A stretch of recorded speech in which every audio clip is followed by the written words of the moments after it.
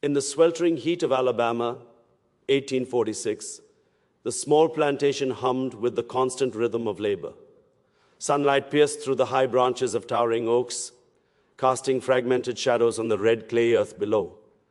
In the midst of this daily toil, young Miss Eleanor, barely 17, strutted across the yard, her pristine white dress clinging slightly to her frame, carrying the careless arrogance of wealth and privilege. Born into comfort, she had never known the weight of hardship, nor had she ever glimpsed the true suffering that lay beneath the surface of the lives around her. At the edge of the yard, leaning on her worn wooden cane, was old Hattie, a black woman whose skin was the color of midnight and whose eyes held stories of decades of pain, endurance, and survival. Hattie had been with Eleanor's family for as long as anyone could remember. She had nursed Eleanor when she was a baby, her gentle arms soothing cries that now seemed like a distant memory, buried beneath the luxuries of a life she never asked for. Yet Eleanor, in her youthful ignorance, knew none of this. To her, Hattie was simply the old, wrinkled slave who shuffled too slowly, muttering words that she could barely hear or understand. The morning sun bore down mercilessly, but Eleanor found amusement in torment. She laughed cruelly, pointing at Hattie's stooped back, her trembling hands, and the faded scars that marred her arms, silent testaments to years of suffering that Eleanor could neither comprehend nor respect. "Oh, look at you, Hattie. You look like a shadow of yourself. How do you even manage to walk straight?" Eleanor jeered, her voice sharp and high-pitched, echoing off the white walls of the plantation house. A few young girls nearby giggled nervously, not out of malice, but from the instinct to mirror the behavior of someone above them in the rigid hierarchy of race and class. Hattie remained silent, her lips pressed together, eyes fixed on the red clay beneath her feet. She bore the ridicule without complaint, but beneath her calm exterior, a storm brewed. Memories of cradling Eleanor as a newborn, feeling her tiny heartbeat against her chest, and whispering soft lullabies in the dead of night surged like an unstoppable tide. How cruelly ironic it was that the girl she had nurtured, whose first cries she had soothed with unwavering tenderness, now mocked her without a thought. The plantation's overseer passed by, briefly observing the scene with indifference. For him, it was merely another morning, another reminder of the unquestioned social order. He did not see the intricate threads of history, loyalty, and betrayal woven into that brief encounter. Eleanor's laughter rang in Hattie's ears, sharp as iron against the soft fabric of memory, yet she remained still, hiding the torrent of emotions that threatened to surface. As the day wore on, Eleanor moved on to other amusements, leaving Hattie behind in the shade of the old oak. But the words, sharp as they were, lingered, echoing in the hollow spaces of the yard. Hattie, though silent, had already begun to plot a subtle, quiet form of retribution. Not out of vengeance, but out of the deep, inevitable justice that comes when hidden truths are revealed. What Eleanor did not know, and what she could never have imagined, was that the very hands she now scorned had once cradled her life itself. And soon the revelation would come, like a shadow stretching over the brightest sun, shattering her world in ways she could never anticipate. The afternoon sun cast long, flickering shadows across the plantation grounds, and the sweltering heat seemed to slow even the most energetic of the slaves. Hattie moved silently among the cotton rows, her movements deliberate, almost invisible, like a shadow herself. To the casual observer, she was nothing more than an aging servant, a relic of a bygone era burdened with the weight of time. But beneath her calm exterior lay a reservoir of memories, secrets, and truths that could shake the very foundation of Eleanor's carefully curated world. It was in these quiet moments that Hattie remembered the first time she had held Eleanor in her arms. She had been barely a teenager herself, with hands still soft from youth, yet her heart had been large enough to cradle this fragile newborn life. Every coo, every tiny whimper of hunger or discomfort had been met with tenderness, patience, and an unwavering commitment to protect the child from the harshness of the world outside the nursery. She had given Eleanor the first lessons in comfort, warmth, and safety. Lessons Eleanor would later forget in the arrogance of youth and privilege. As Hattie worked, her mind wandered back to the countless times she had whispered lullabies into Eleanor's ears, hummed tunes to soothe her restless nights, and wiped tears that had fallen silently on the small, soft cheeks of the baby girl. Every stitch of care, every sleepless night had been rendered invisible by the cruel passage of time, swallowed by Eleanor's ignorance of her own origins.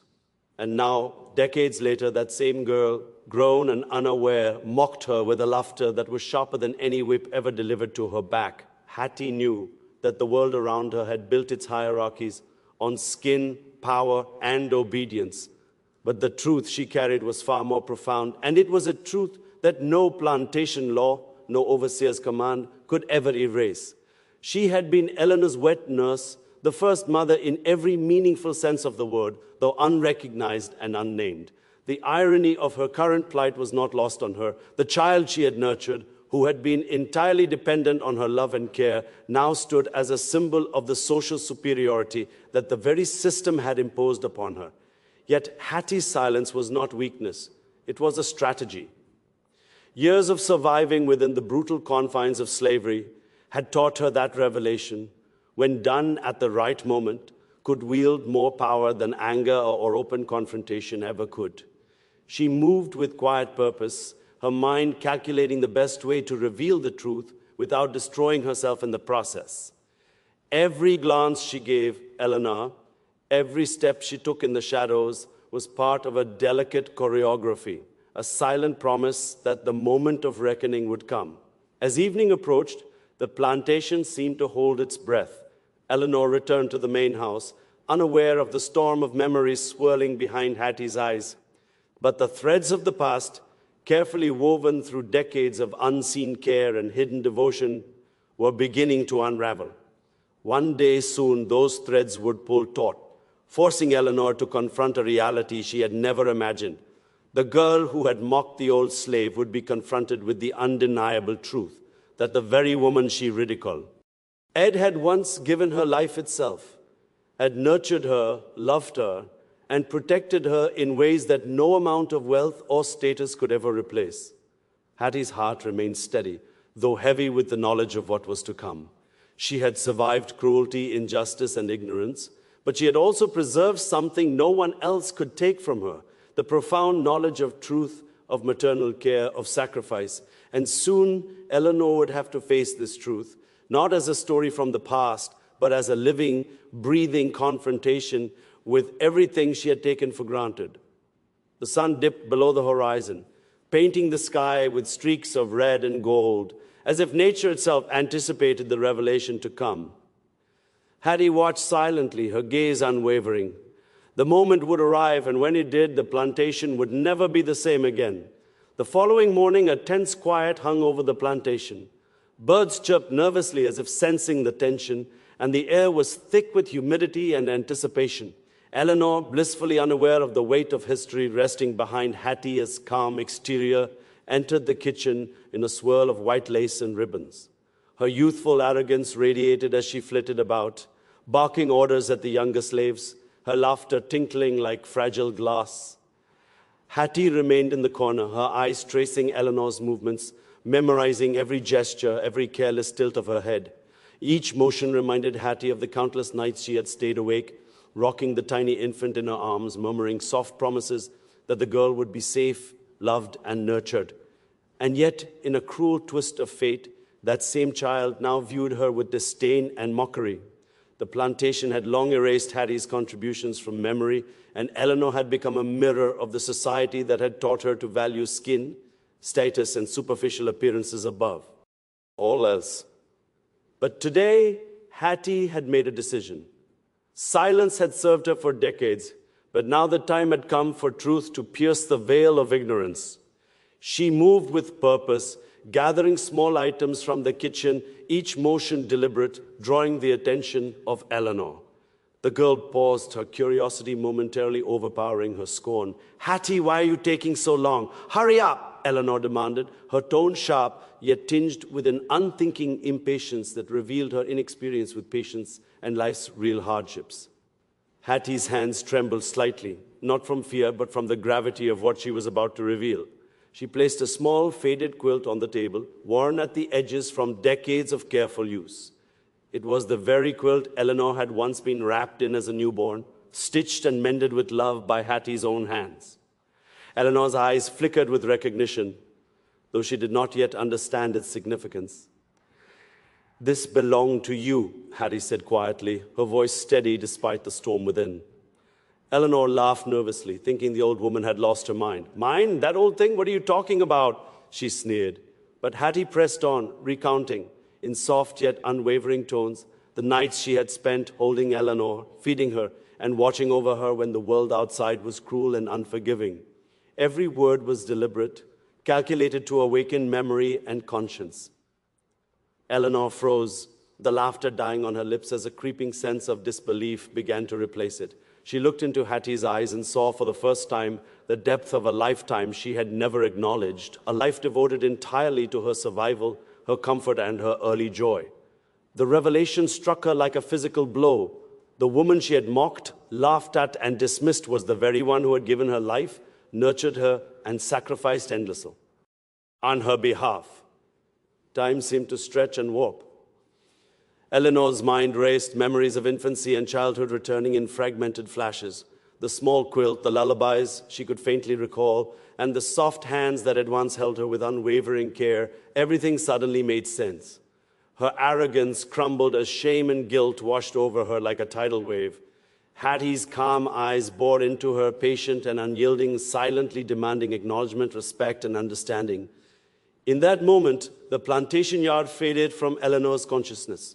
The social hierarchies, the superficial status, the misguided pride, they all seemed trivial in comparison to the undeniable truth standing before her. Hattie was no longer just the old slave she had mocked. She was the mother she had forgotten, the protector she had ignored, and the living testament to a love that transcended cruelty, ignorance, and years of oppression. Hattie's revelation was not shouted, nor did it need to be. The quiet strength of her words, the weight of her lived experience, and the irrefutable truth of her role in Eleanor's life were enough. Eleanor's laughter, once so cruel and thoughtless, had vanished, replaced by a dawning humility, a recognition of the immense debt she owed to the woman she had once scorned. And while words could not erase years of ignorance, the first steps toward understanding, respect, and reconciliation had finally begun. The sun had begun its slow descent, painting the Alabama sky in shades of amber and crimson, as if nature itself sought to reflect the turmoil brewing within Eleanor's heart. She stood frozen in the kitchen, staring at Hattie, the quilt clasped awkwardly in her hands, feeling a rush of emotions she had never before encountered: shame, confusion, and a profound sense of indebtedness. For the first time, Eleanor realized that her laughter, her mockery, and her careless cruelty were not harmless. They were the product of ignorance, privilege, and an untested heart. Hattie, observing her reaction, did not offer consolation, nor did she allow anger to cloud her voice. She remained a pillar of quiet strength, her gaze steady and unwavering. "Do you understand now, Eleanor?" she asked softly, her tone carrying neither accusation nor bitterness, but the weight of decades of sacrifice and unwavering care. Eleanor's eyes welled with tears. The first real understanding of her own arrogance hit her like a storm. She struggled to find words, realizing that apologies were insufficient, and gratitude seemed almost too small a gesture for the enormity of what Hattie had done. Memories, long dormant, began to surface, tiny fragments of a baby cradled in loving arms, of nights spent swaddled in warmth, of the gentle hum of lullabies that had lulled her into peaceful sleep. Eleanor could feel with painful clarity the depth of Hattie's devotion, and yet the bitter truth remained. She had mocked, belittled, and humiliated the very person who had given her life. In the most literal sense, unable to hold back any longer, Eleanor fell to her knees, the quilt slipping from her trembling hands. "Hattie, I didn't know," she stammered, her voice breaking. I never knew." Hattie's expression softened, but her eyes retained that unyielding steadiness. "No, you didn't," she replied gently, "and that is why it was necessary for you to understand now. Ignorance does not absolve the hurt, Eleanor, but understanding is the first step toward redemption." Eleanor's pride, once so firmly rooted in the superficial measures of wealth and status, had crumbled entirely. She felt the weight of the social hierarchy pressing down upon her like a suffocating shroud, realizing how shallow her life had been, how blind her perceptions had been to the humanity and worth of those she had considered inferior. Every taunt she had delivered, every laugh she had shared at Hattie's expense, now seemed grotesque in her mind. The two women stood there in tense silence for a long while, the only sounds the faint rustle of the evening wind through the trees outside and the distant clatter of chores being completed by other slaves. Eleanor, overwhelmed by the enormity of the revelation, finally found the courage to speak again. "Hattie, I don't deserve your forgiveness," she whispered, the words thick with remorse. I will try to make amends. I don't know how, but I will try." Hattie nodded slowly. "Actions speak louder than words, Eleanor. Let your heart guide you now. You have been given a chance to see the truth, to feel it, and to act upon it. Do not waste it." Her tone carried the weight of experience, of wisdom hard-earned through decades of suffering and resilience. It was a call to growth, a challenge to rise above ignorance, and a demand that Eleanor confront not just her own flaws, but the social structures that had encouraged them. That evening, as the last rays of sunlight slipped beneath the horizon, Eleanor found herself in a state of introspection she had never known.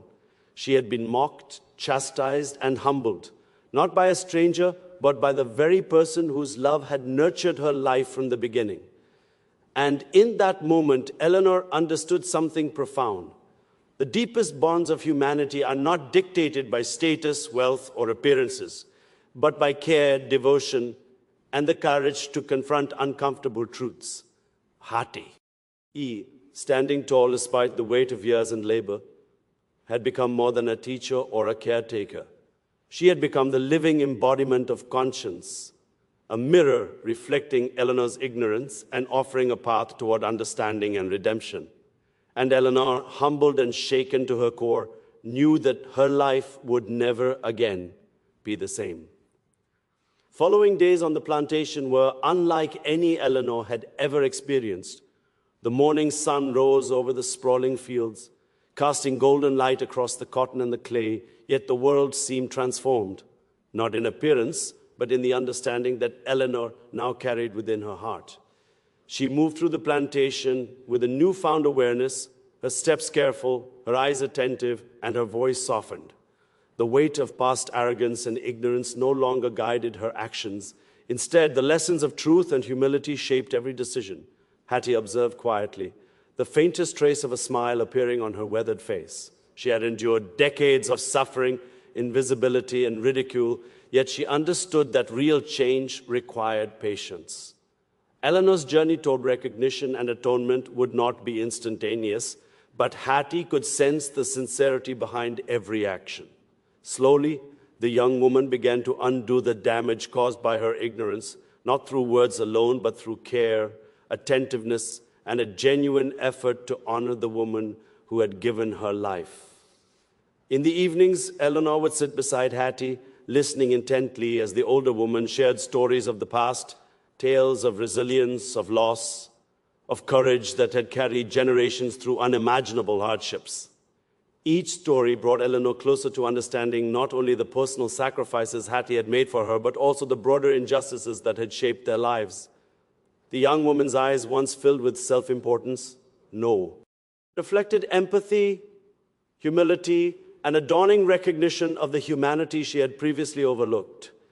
One afternoon, as Eleanor carefully mended a small tear in the old quilt, the very quilt Hattie had once wrapped her in as an infant, she felt a profound connection to the woman beside her. "Hattie," she whispered, her voice trembling, "I don't know how I can ever repay you. You saved me in ways I could never understand until now. I promise to honor you, to respect you, and to never forget what you have done for me." Hattie placed her hand gently over Eleanor's, a gesture of forgiveness, acknowledgement, and hope.